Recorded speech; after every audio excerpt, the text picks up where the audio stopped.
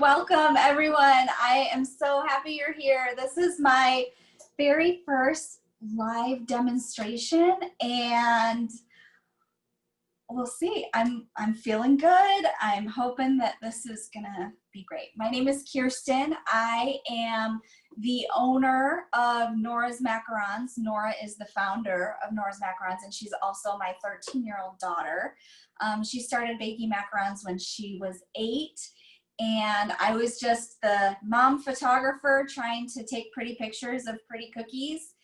And I actually fell in love with learning how to bake macarons. And it's something that I've been obsessed with ever since.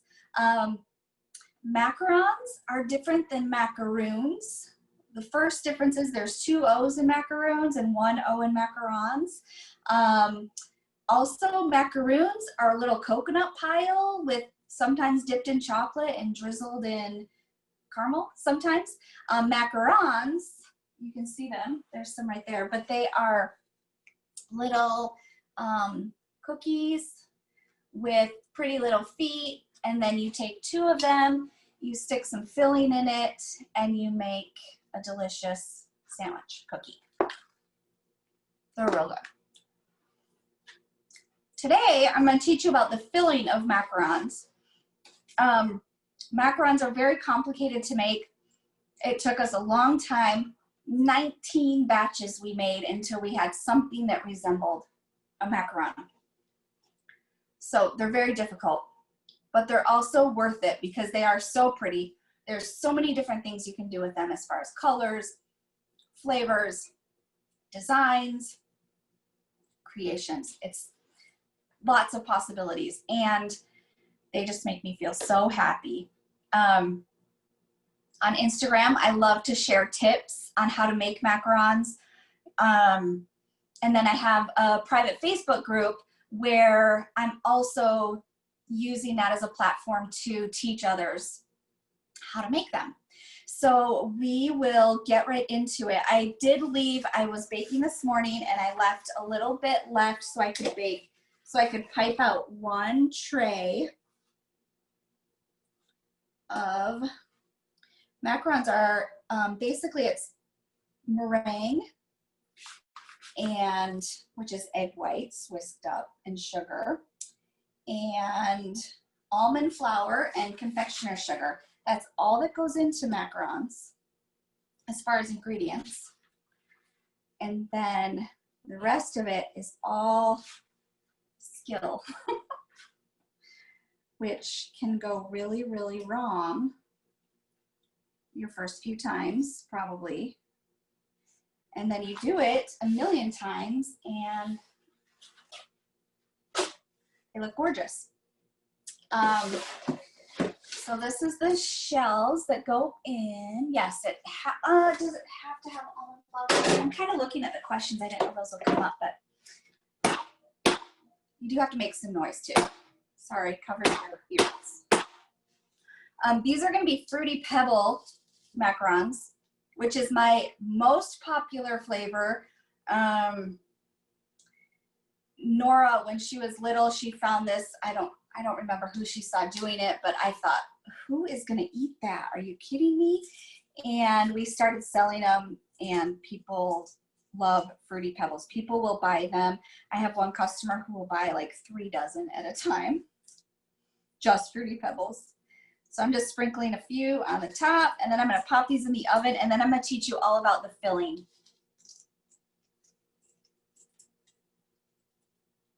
Okay, so these are just going in the oven.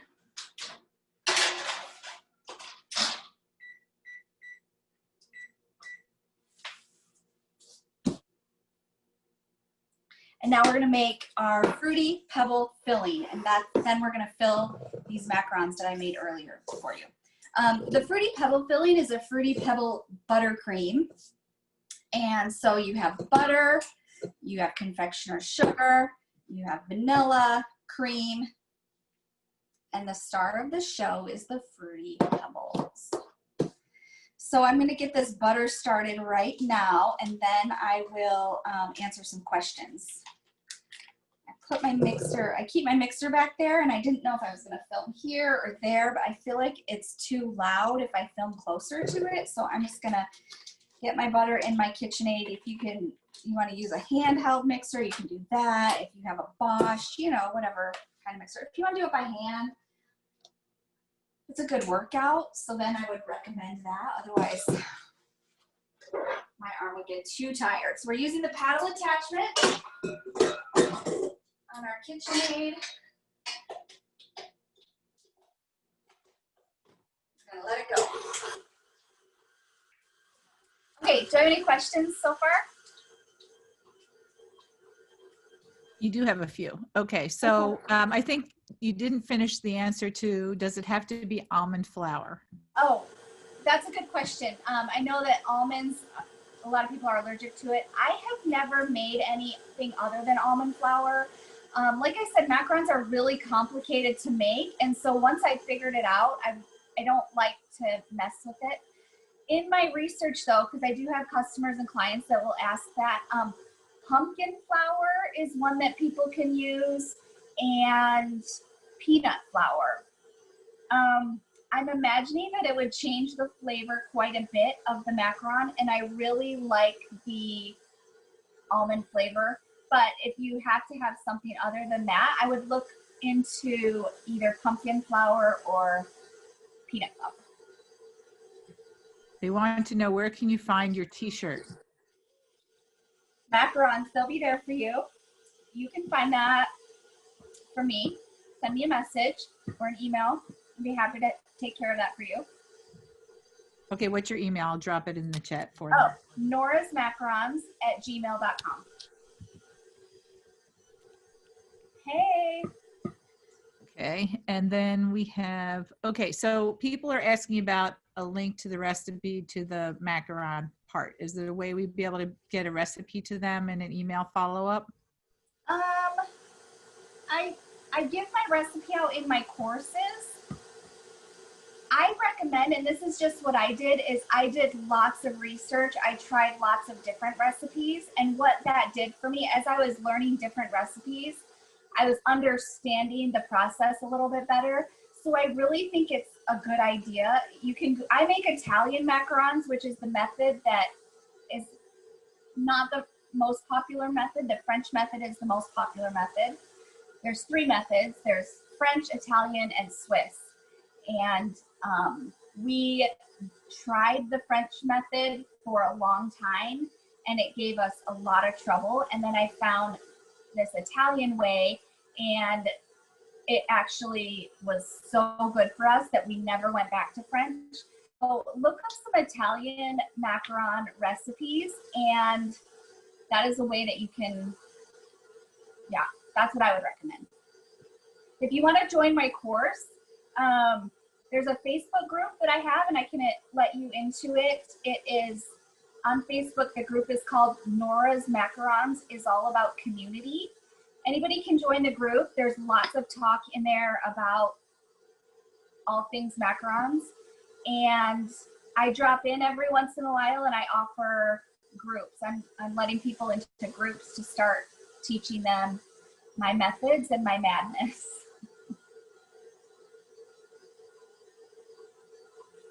Okay, sorry, I'm trying to type it in the chat and talk to you at the same time. Thank you. Thank you. Okay, you don't have to let them rest and get a crust on them, question mark.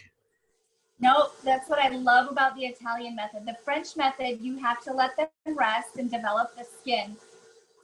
The Italian method, it's actually with cooked sugar, and that cooked sugar hardens enough that you can just put them right from the piping bag into the oven. So yeah, I'm not waiting 30 minutes to bake them. They go right in. How hot do you cook the macarons? I bake them at 285, which is what works for my oven. I have an internal oven thermometer that actually reads different than what my thermostat reads. So it's something you have to try and test out for yourself, because all ovens are different. I use a Spectra. I don't even know. It's a very like builder's grade, nothing fancy, no bells and whistles, nothing special about this oven. However, it makes my macarons really good. And it's just because I figured out how to do that with lots of problems, like all the problems and then finding solutions. So anyone who's going to be baking or learning macarons, buckle up is my advice. Okay, you have one more for now.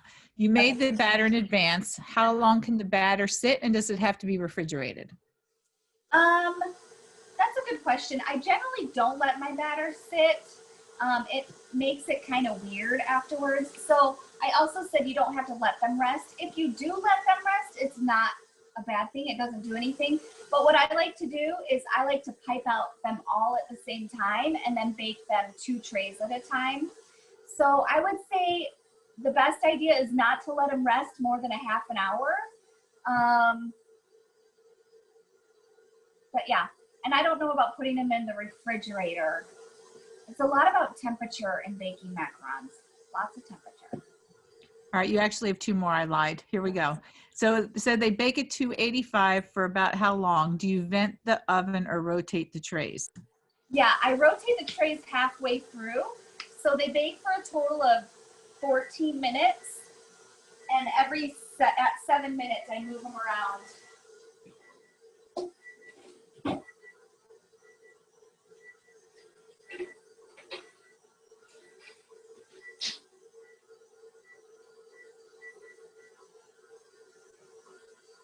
Is that it? Or was there another one?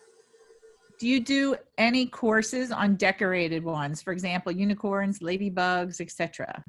Oh, that's a good question. I actually, in my group, I'm feeling out what people are looking for in my Facebook group. And we're going to start doing some, like during the holidays, we're going to do special shapes, unicorns. I like the idea of doing like hearts on Valentine's Day. So yes, definitely. I've learned a lot about shapes, and it would be a shame if I didn't share those things. So we do have courses like that are coming too. All right, and last one for now. How do you store them, and how long can you store finished ones? That's a good question. Macaron shells alone without filling, they'll store in the freezer really well as long as they're stored properly in an airtight container. I stick them in my deep freezer. They don't ever last more than a couple weeks in there, but you can let them stay in the freezer for up to 2 months. And then I fill them just right before they're like the day before they're about to be served, and then stick them back in the freezer. And overnight, the filling and the shells become what the macaron is. They're best that way. That's Okay, it for we're ready now. to keep going? Okay, my butter has been nice and creamed. I'll show you what it looks like over here. You want to look for butter when it starts to change the color. I don't know if you can see color, the right color. And then I'm just going to keep going with this. And as it's turning, I am going to gradually add my confectioner sugar. I can bring them a little closer too.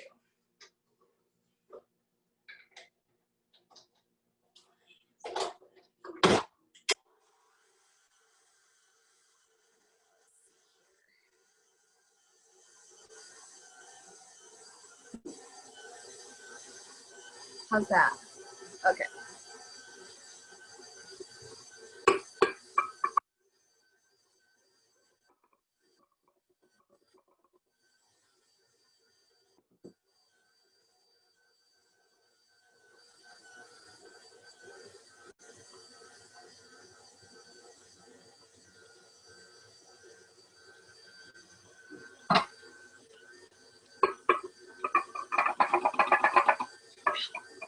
Too loud? Oh, sorry. Oh, I didn't know you were here.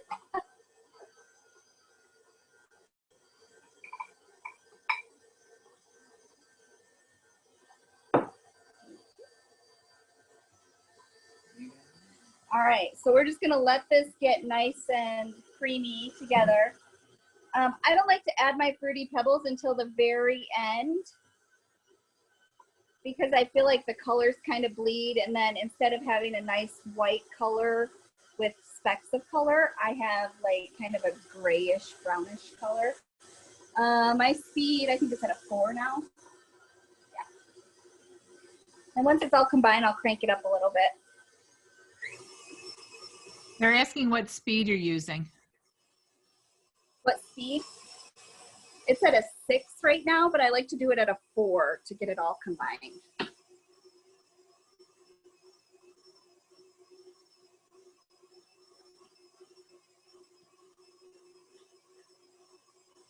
Trying to get the right angles here.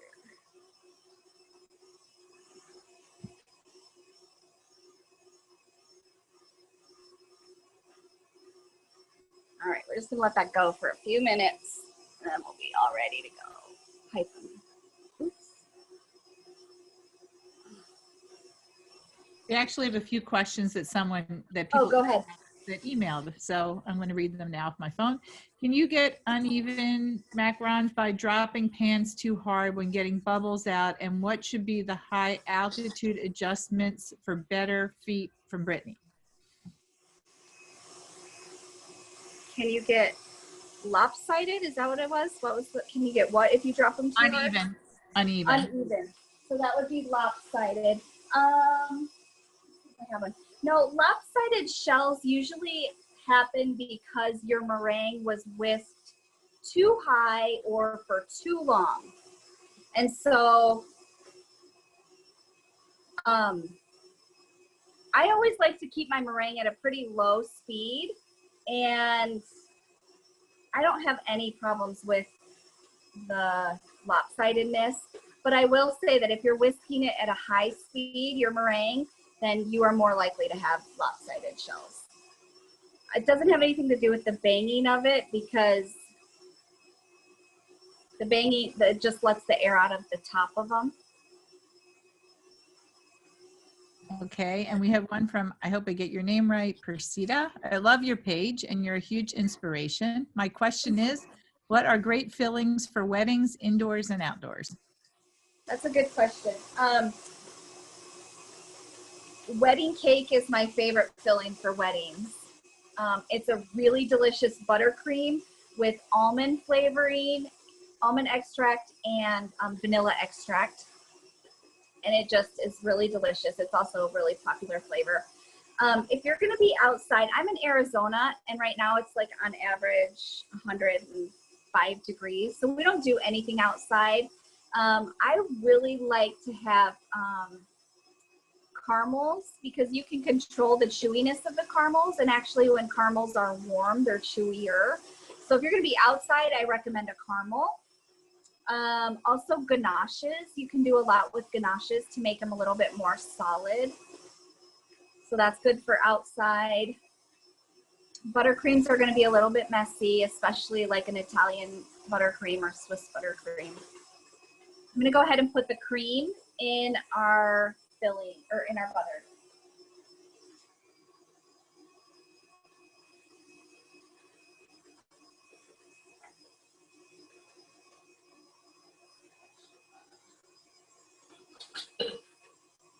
And then I'm gonna add the vanilla. And I like to go heavy on the vanilla. I don't know, it just makes me happier.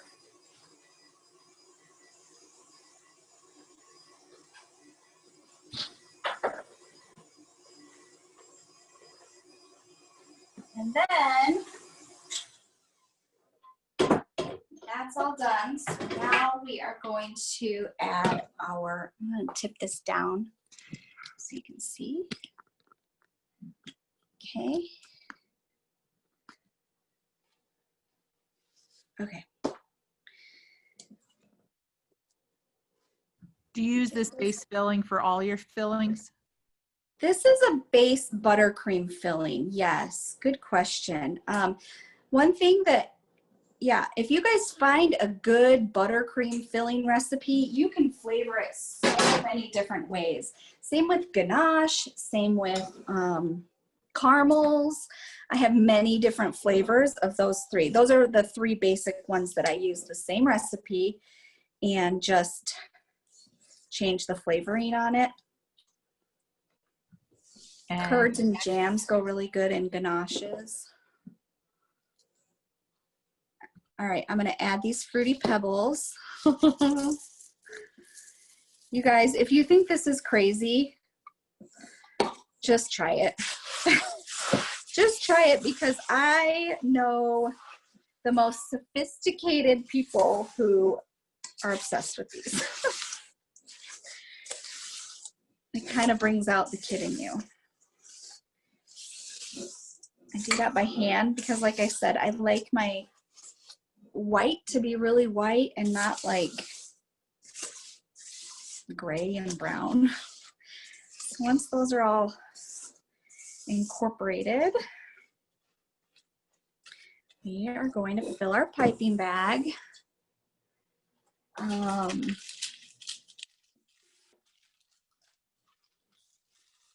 I just use a plastic tipless bag.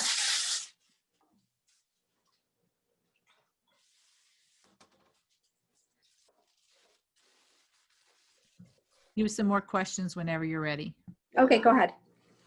Okay, Jackie wrote in, is there a way to make these nut-free, dairy-free? Is it possible to make them vegan? It is possible to make them vegan. Nut-free, that would go back to using pumpkin flour, or yeah, pumpkin flour. I think you could do that. And what was the other one? Dairy-free. Dairy-free is, the macaron shell itself is dairy-free, so all you would need to use would be maybe like a jam filling. You can make ganaches without using dairy. There are dairy substitutes for ganaches. It is possible to make vegan shells as well, and I've actually done that a few times. I had a wedding that was all vegan shells.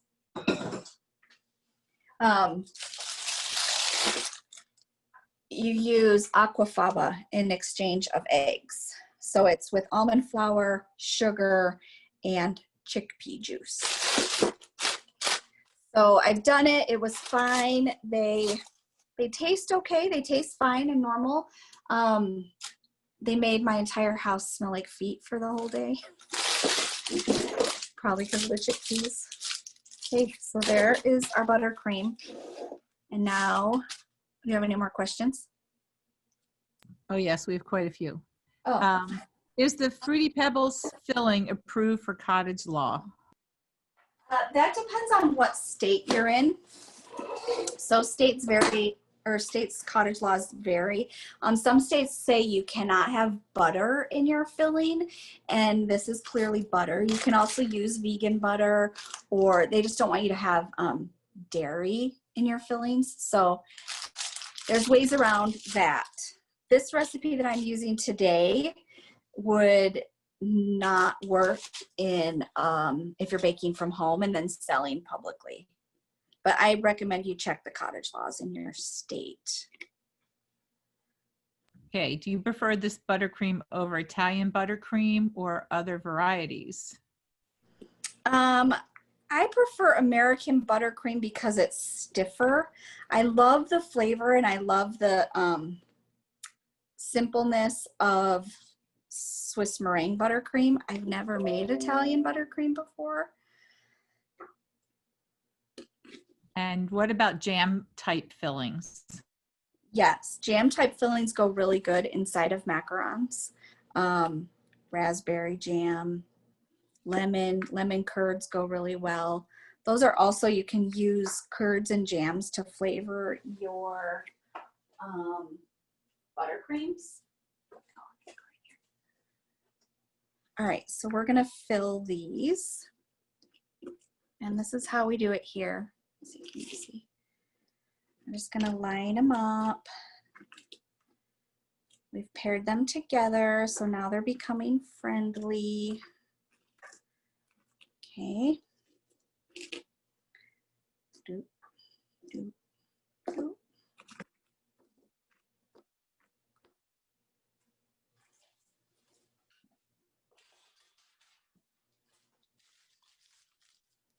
Okay, and with your fillings, you want to have about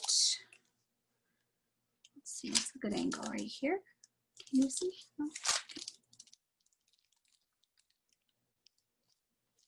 I would say you want to have about half of the amount, about the amount of one full shell. So about half the amount for the entire sandwich, half the amount of filling for the entire sandwich.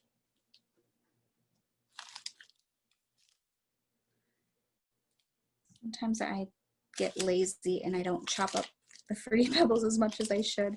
I like them to have a little bit of character to it and texture. So I don't like a fine powder of Fruity Pebbles, but you also got to do it enough so it comes out of the bag.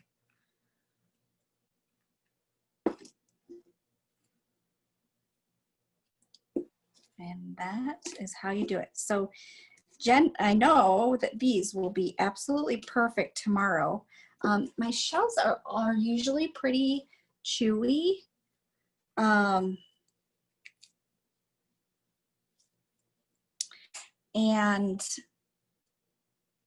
the tops are a little crispy, but once you let the butter melt in there overnight, it really does become a very beautiful pear that is super delicious.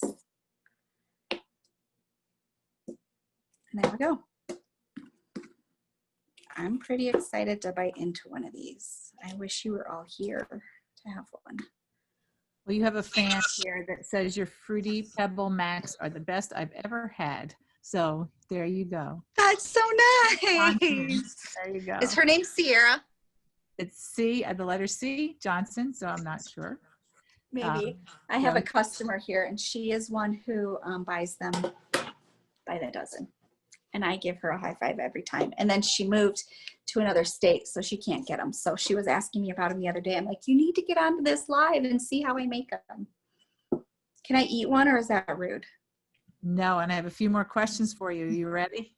Go for it. So someone was asking about the size tip you use for the pipe, but I think it's a tipless bag. No? Mm-hmm. For the filling. You're killing us. You're killing us. Sorry. I feel really bad about that. For my filling, I use a tipless bag. For the macarons itself, I use a tip. Oh, I'll show you. I use a pretty good size tip, like, I don't know. Oh, it's a 1A from our pole. I don't know. I have a whole bunch of them. Okay, if you have leftover filling, how do you store it? Leftover filling is a great problem to have. It stores in the freezer very well. I shouldn't eat with food. I shouldn't talk with food in my mouth. Leftover filling stores in the freezer for, I don't know, 6 months or something. And it's really nice to have a lot of extra fillings because you won't believe how many times I get a phone call. I need 3 dozen right now, and I have to, it's a lot easier when I have the fillings already made. I also recommend making all the fillings before you make the shells. Okay, and she wanted to know, how do you get the Fruity Pebbles to stick outside of the macarons? Question. Earlier when I piped them, right after I pipe them, I sprinkle them on top, and then they stay pretty well because they're baked in there.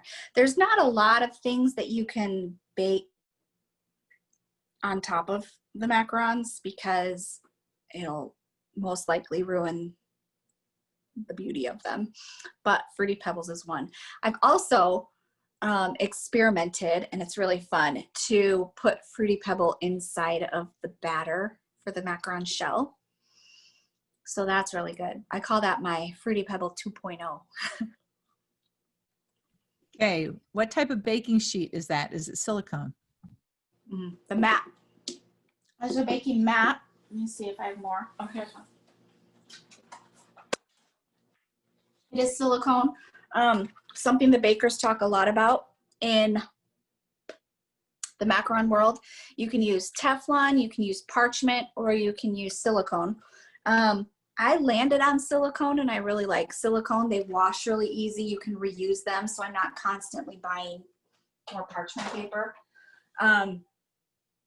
I feel like I get a better result. And if you follow me, if you follow me on Instagram, you know I do Mac Flicks. I don't know where that came from, but it started somewhere and people love it. So I'm often flipping macarons off of the mats, and I don't know if you can do that on parchment. So I'll never go back. Okay, how about a keto version? Can you do these in a keto version? It's the same thing with all the different stuff.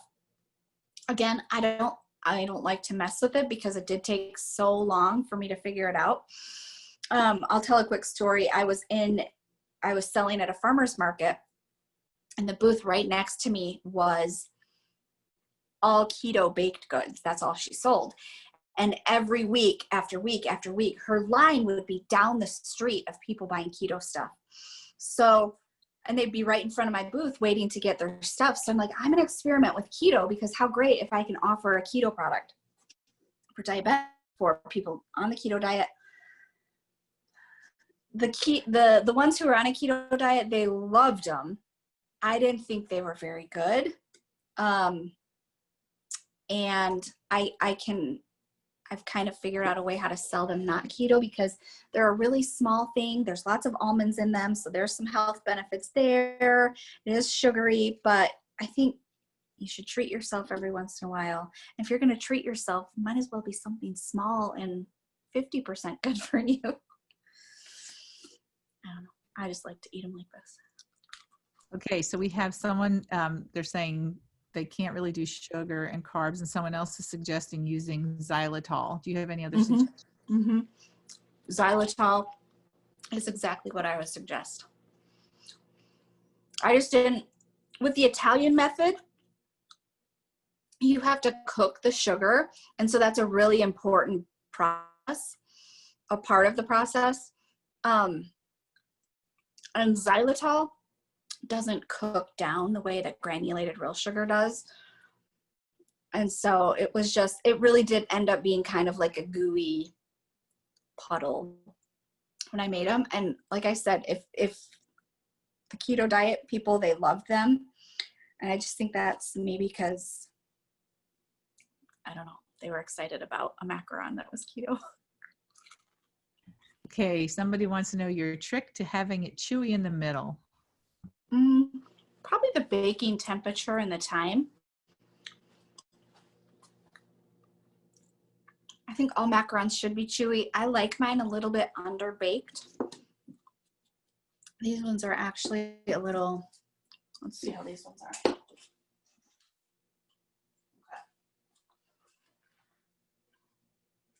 So you want the outside to be a little crispy, but you want it to be soft and chewy inside. And letting that buttercream settle in overnight is another way to make them really chewy. Okay, then Anna was clever here. She wanted to know what's a good trick to try to keep the macarons W-H-O-L-E instead of H-O-L-E. Trick to keep them whole. Right? Instead of with holes in them, I think is what she's asking. I don't know. I guess I don't understand holes in macarons. I'm confused. Anna, did you want to unmute yourself and clarify the question? You're welcome to do so. Hi, how's everything? How's everyone? Kirst, pretty much I wanted to ask you, because sometimes it happens to me, in the macarons, I get a little in between the top part of the macaron. Oh, hollow. Hollow, sorry. Yeah. I don't know why I read So, hollow I'm glad and you asked in the that. top area specifically. So that's a really good question. I'm glad you asked that. I am going to explain to everybody what you mean by that. And you let me know if I'm missing it. So hollow shells are something that people talk about a lot in the macaron world. Can you see, is that what you're talking about? How there's a line there? And then there's the, okay. I am not an expert on, I'm not professionally trained. I'm trained on my own, but I have talked to many, many people about hollow shells because I was very frustrated that my shells were always hollow, and I felt like if you had full shells, then you have perfect macarons, and I could never get perfect macarons, and I would just cry and be depressed about it. But what I learned is that if you bring that up in a class in Paris, the chef will smack you on the back of your neck because that is not something you're supposed to even worry about in the macaron making world. So I've learned that the things I worry about, this is how I get a perfect macaron. If you can tap on the top and give it some good oomph and it doesn't break and it's stable, that's good. Round feet are good and flat, smooth bottoms are good. Now, I will say if you're tapping on the top and it kind of is paper thin and goes right through, I have that problem when I over macaronage it. So that would come from too much macaronaging. And what it does is it breaks down the egg whites so much that it's not stiff enough to form the solid top. Does that help? So these shells here, like when I showed you this one, when you fill it and it matures overnight, that filling is just gonna give it space to go into. So every once in a while, I will get really full shells and then they bust open, like I can't fit them in my packaging right, and it's a huge mess. So I try not to get super full shells.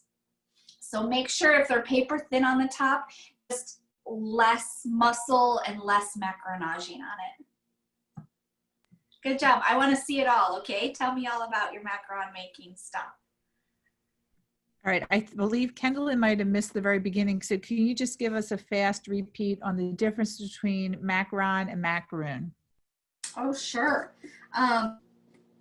One has bows and one has one. A macaron is almond flour and egg whites, and that's it. A macaroon is coconut, sweet condensed milk, and then dipped in chocolate usually. So I say macaron. I have seen some very famous macaron makers that call them macaroons, and I think that's just easier for them.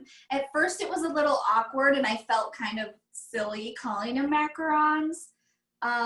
But one time somebody showed up to my booth expecting macaroons, actual coconut macaroons, and she was really upset that she got macarons. So at that point I'm like, I don't want to be confused. I don't want my customers to be confused with what the difference is. I'm just going to call them macarons from here on out. You're not getting macaroons here. Never even made macaroons before. Okay, we have one last one. Any Okay. tips on how we can make a pistachio filling with pistachio flour? With pistachio flour? Is that what you said? Yes. Okay. Yes. I make a pistachio filling as a ganache, and I use white chocolate and the white chocolate with the cream, and then you mix in the pistachio flour, ground up pistachios, and it is delicious. It is really, really good. I don't do it a lot because I do more, the flavors we do are more unique and different, but pistachio is one of the classic macaron flavors. Okay, and you have a question. How long did you let them cool before filling? Completely.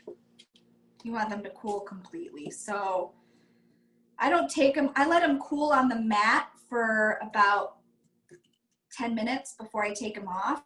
And then I let them cool even longer. Typically in my production, I make all the shells in one day, I make all the filling in another day, and then the next day I fill them. People are asking, can you order and have them sent? So unfortunately, I know the answer, but go ahead. I don't ship my macarons for a couple different reasons. One, the Cottage laws in Arizona restrict me from shipping outside of the state of Arizona. And two, they are really hard to ship with packaging and refrigeration. And I do have a few like members out of state that I've done it for them before, but it is quite expensive. And I have ordered macarons from pretty much anyone in the country that ships macarons. I've ordered them from, and I've never been super excited by them. Unfortunately, it would be really good for me if I could ship. I'll just say that. Yeah, I think you get a lot of orders just from today. But I want to thank you on behalf of Girls Night In Online. Kirstynn, thank you for sharing your time and talent with us. Thank you all for coming. And feel free to unmute yourself and say thank you and goodbye to Kirstynn. Thank you. I love sharing everything that I've learned.